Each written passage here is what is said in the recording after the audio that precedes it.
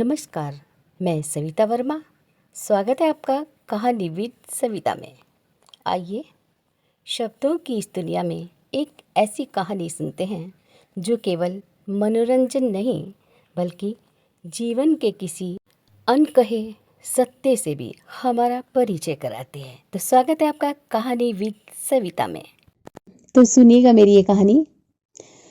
लिसा नहीं जानती थी कि उसका पिता कौन है, वो इस दुनिया में है भी या नहीं। न जाने ये सवाल उसके मन को कितनी बार जख्मी करता था। कॉलेज में जब लड़कियां अपने अपने पापा के नाम, उनके बिजनेस का जिक्र किया करती थी, उनकी तारीफ किया करती थी, तो लिसा मन ही मन रो उठती थी। जब भी कोई फ्रेंड उससे उसके पापा के बारे में पूछता था तो वो बात आई गई कर इधर उधर की बातों में उलझा दिया करती थी उन सबको। लेकिन आज तो वो भपक ही पड़ी जब प्रिंसिपल मैडम ने सबके सामने कॉलेज में थोड़ा देर से आने पर उसका खूब अपमान किया।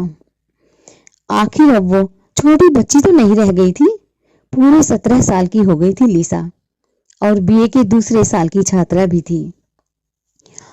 आज उसने कॉलेज में छुट्टी की एप्लीकेशन अपनी एक फ्रेंड के दी और खुद अपने साथ एक बैग में कुछ किताबें व 2-4 जोड़े कपड़े लेकर निकल पड़ी। दिल्ली से लखनऊ की ट्रेन में बैठ तो गई थी वो, लेकिन जाएगी कहाँ, ये तो उसने सोचा ही नहीं था, क्योंकि जब से होश संभाला तब से इसी हॉस्टल में तो रहती आई है। अक्सर उसकी माँ ही उससे मिलने आ जाया करती थी। अभी तक तो लिसा को इतना तो पक्का मालूम था कि उसकी माँ लखनऊ में रहती है। अकेले जॉब करने की वजह से उसने लिसा को यहाँ हॉस्टल में रखा हुआ है। लिसा को आज कुछ बातें खूब याद आ रही थी। जब एक दिन उसने अपनी माँ से अपने पिता के बारे में पूछा था, माँ, मेरे पापा का नाम क्या है, वो दिखते कैसे हैं, क्या वो इतने बिजी रहते हैं कि कभी हमें मिलने की आना तो दूर सोच भी नहीं पाते, या फिर वो लिसा के मुंह से ये शब्द सुनते ही उस दिन पहली बार उसकी माँ ने उसकी मासूम और प्यारे से गाल पर एक जोरदार थप्पड़ मारा था। और बाद में लिसा को चूमते हुए उसकी माँ खुद भी बहुत रोई थी। उस दिन उसकी माँ ने उससे कहा था, लिसा, क्या मम्मा के प्यार में कोई कमी रह गई है बच्चा, जो तू इतना सवाल पूछती है? ना मम्मा ना, आपके प्यार में कोई कमी नहीं, बल्कि आप तो मेरी मीठी माँ हो, सुपर माँ हो, जो अकेले माँ और पापा का प्यार मुझे दे रही हो। तो फिर आज ये सवाल क्यों? अपनी माँ से वादा करो, कभी भी पापा के बारे में बात करके उसका दिल नहीं दुखाओगी। हाँ मम्मा, हाँ, मैं वादा करती हूँ आपसे, कभी आपका दिल नहीं दुखाऊंगी। बस आज 2 साल हो गए इस बात को। कभी लिसा ने अपनी माँ से अपने पिता के बारे में कोई बात नहीं की, लेकिन इस बीच न जाने इस बच्ची ने कितनी बार अपमान रूपी जहर का घूंट पिया है। आखिर अब वो बड़ी हो गई है, कब तक लोगों के सवालों को उलझा या अनदेखा करेगी? सोचते सोचते लिसा की आंख लग गई कि तभी किसी ने, लखनऊ आ गया बिटिया, उतरोगी नहीं? जल्दी करो वरना ट्रेन चल पड़ेगी अगले स्टेशन के लिए। एक मर्द के मुंह से बिटिया शब्द सुनकर उसकी आंखें छलक आई। उसने ट्रेन से उतरकर बाहर आकर एक चाय की छोटी सी दुकान पर बड़ी बेंच पर बैठते हुए अपने लिए चाय बनाने को कहा।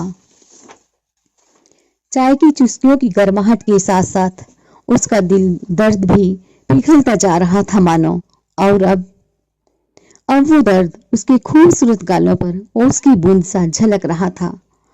उसने थोड़ा खुद को संभाला और अपने मोबाइल से अपनी माँ को कॉल किया। उसकी माँ ने उसका कॉल रिसीव नहीं किया।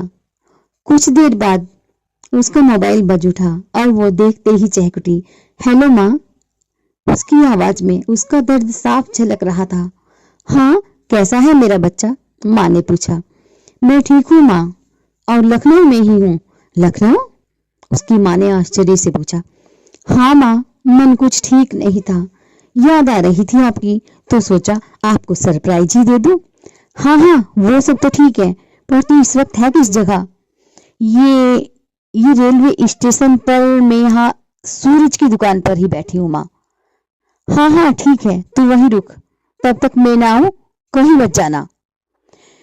उसकी माँ की चिंता बढ़ गई थी, क्योंकि अब लिसा छोटी बच्ची नहीं थी कि जैसे कैसे उसे समझा दिया और मना लिया करती थी। लेकिन अब यदि उसने कुछ भी पूछा तो क्या जवाब देगी वो? यही कि वो एक बिन ब्याही माँ की औलाद है, या फिर उसका पिता इस दुनिया में नहीं है। नहीं नहीं, मैं ऐसा तो नहीं कह पाऊंगी अपने नीरज के बारे में। मैं बहुत प्यार करती हूँ नीरज को आज भी, और उनके जीते जी उनके बारे में ऐसे कहना, छी, मैं तो सोच भी नहीं सकती। उसकी माँ ने तभी नीरज को कॉल किया। आज कई साल बाद उसने नीरज को कॉल किया। आखिरी बार वो आपसे कई साल पहले जब नीरज से मिली थी, तब नीरज ने उसे नया मोबाइल और अपना नंबर भी दिया था और कहा था कि जब उसे उसकी जरूरत पड़े वो उसे कॉल कर सकती है। नीरज एक बड़े घर का लड़का था। वो लिसा को की माँ को बेहद प्यार करता था, लेकिन घर वालों की जिद पर उसे किसी और लड़की से शादी करनी पड़ी। मगर लिसा की माँ ने नीरज और अपने प्यार की निशानी को जन्म दिया और उसी के सहारे जीवन के इतने बसंत गुजार दिए। वो नीरज की मजबूरी समझती थी, लेकिन किसी और उसके प्यार के सहारे की बिना अपनी अधूरी जिंदगी बिताने का निर्णय भी लिया था। नीरज से वादा भी किया था कि वो कभी नीरज को किसी के आगे अपनी वजह से बदनाम नहीं होने देगी। बस वही वादा तो निभाती आ रही थी लिसा की माँ। आज उसने नीरज को फोन पर बताया कि लिसा अचानक से बिन बताए यहाँ आ गई है, तो नीरज फौरन गाड़ी लेकर उसके पास आ गया।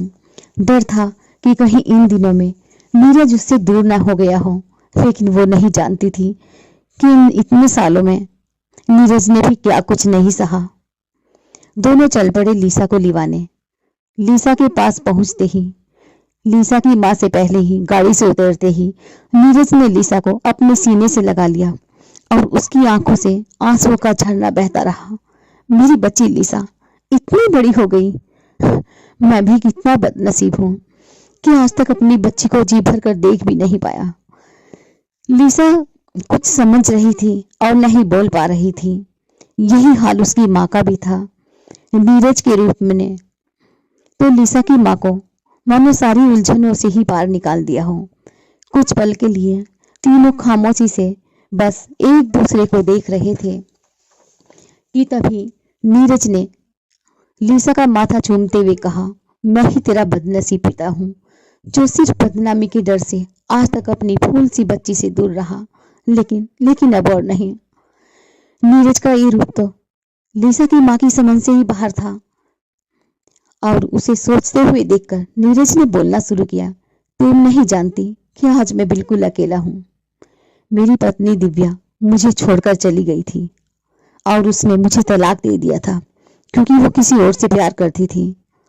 अब माँ और बाबूजी भी ये दुख सह नहीं पाए। मैं तुम्हारे फोन का ही इंतजार करता रहा। आखिर अब मैं ही अकेला क्यों रहूं? कब तक बदनामी के डर से अपने प्यार वो अपनी प्यारी सी बेटी से दूर रहूं? बस अब अपनी छोटी सी दुनिया के साथ जीना है मुझे। तीनों गाड़ी में बैठकर चल दिए अपनी एक नई दुनिया की ओर। लगता था लिसा और उसके माँ पापा के जीवन से बदनामी का कोहरा छट गया है, और तीनों साथ साथ पूरी प्रकृति भी मंद मंद मुस्कुरा रही थी। आज सालों बाद मानो बसंत का आगमन हुआ हो उन तीनों के जीवन में। तो मित्रों, ये थी मेरी कहानी बदनामी के डर से। यदि कहानी ने आपके मन को छुआ हो तो इसे अपने प्रियजनों तक अवश्य पहुंचाएं। फिर मिलेंगे एक नई कहानी और नए एहसास के साथ। तब तक के लिए नमस्कार।